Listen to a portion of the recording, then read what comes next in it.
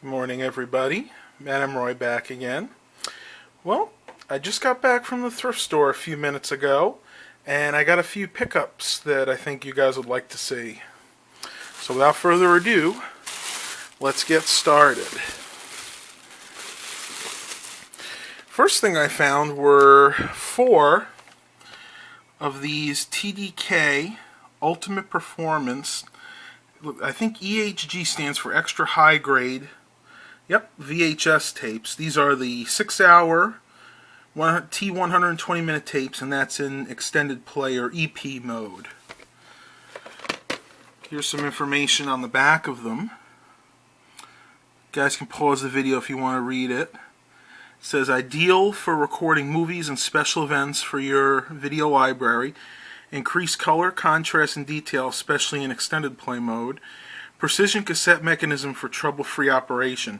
That last one is very important because back when I was in my probably early teens, which was in the 90s, I used to buy these really cheap dollar store tapes. Now, it's all I could afford at the time. And lately I've had them in storage for many years, and I pulled them out. And lately when I've been playing them, I noticed that the quality isn't there. There are a lot of waves and lines through it. And a lot of that has to do with the fact that the mechanism was very cheap. The rollers and everything have decayed over the years, and now the videos just look terrible. But I did have 1 or 2 on similar grade TDK tapes, and those are just fine. So that is very important, especially if you for longevity, if you want to be able to watch your tapes 20 up to maybe 40 years down the road. Since then, I have actually transferred those to DVD, so no need to worry. Those memories will be in my family for generations. Here's the time chart. Extended play gives you 6 hours. Long play gives you 4 hours. And standard play gives you 2 hours. When I use these, I usually use these for recording TV shows because my DVR only allows me to do 2 shows at one time. So I usually just keep this in standard play because none of the shows that I watch are more than 2 hours. Usually they're an hour. Some of the specials that I watch might be an hour and a half, but I don't need any more than that. You can see it's from the TDK Electronics Corporation, Franklin, Garden City, New York. I used to live in upstate New York, probably wasn't too far, maybe about 20-30 miles from this.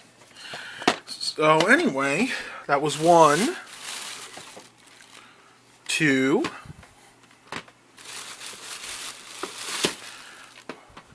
3,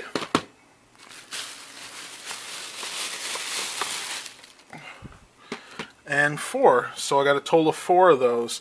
So I'll have some fun with these later, and none of them have actually been opened. You can see they're all sealed. Alright, and the very last thing I got is something pretty special. I think you'll know what I'm going to use this for right away when you see it. So without further ado, if I can get it out of the bag. Ta-da! Yep, this is a 8GB SanDisk compact flash card. I paid a whopping $6.98, which I thought was a pretty good deal considering I was looking at these on eBay last night, and even the standard ones are going for $10, $15. This is the Extreme series, so it's I believe this would be considered a very high quality card. You can see right there, 400 times the read-write speed, up to 60 megabits a second. Now I'm going to have to do some research on this, or one of you guys might be able to tell me. What I have planned for this is something that quite a few of you have recommended for me. My DOS machine, which sits right over here, I know you guys have probably seen the video on that one. I am going to do a compact flash upgrade to that. Right now that has a 4GB Quantum Fireball hard drive, the original one that went in that computer. And it's definitely seen better days. It's starting to get very loud, and I'm afraid it's going to fail shortly. So I'm going to go on eBay this week, and I'm going to pick up one of those compact flash to IDE readers. And they're only a few dollars. And what I have planned is to use Acronis to take the hard drive that's in there and make basically a carbon copy of it onto this compact flash card. I will video certain parts of that. It's going to be the first time I've ever done this, so I'm hoping that it works out. But I'll just go over a little bit more of what exactly this is. The Extreme Edition, of course, is one of the highest ones you can get. Speed-wise, it's mainly supposed to be for, like it shows here, like digital SLR cameras that require fast speed when you're recording video or you're shooting multiple pictures each second. If you look on the back here, it has a lot of writing, but it's going to be too hard for you guys to read, but I'll just go over it real quick. Extreme speed up to 60 megabits a second, 400, that's 400 times, ideal for faster, continuous burst shooting, and rapid transfer to your computer. SanDisk's proprietary power core controller technology engineered to distribute data rapidly and efficiently, plus advanced wear leveling. That'll be nice. That's talking about the issue that a lot of solid-state devices have, where you're going to rewrite something to it constantly, and a lot of the earlier ones didn't stand up to that. Like a hard drive, you could write data to the same sector, millions of times.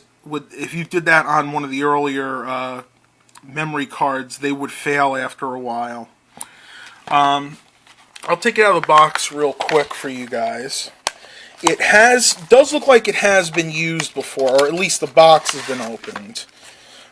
You can see that the memory card's sitting right up here. I don't know if there's supposed to be something else there. It looks like, let me see. It says SD. Okay, this is probably one of those packages that was used for multiple types of cards.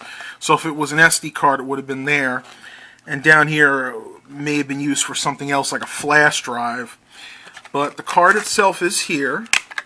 Let me see if I can actually open this. Yeah, I don't think I'm going to open that one-handed, but that's what the front of it looks like. And there's the back. Nobody's written on this, so maybe there is a chance it hasn't been used. I tell you what, let's go ahead and put this in the computer real quick and see what comes up.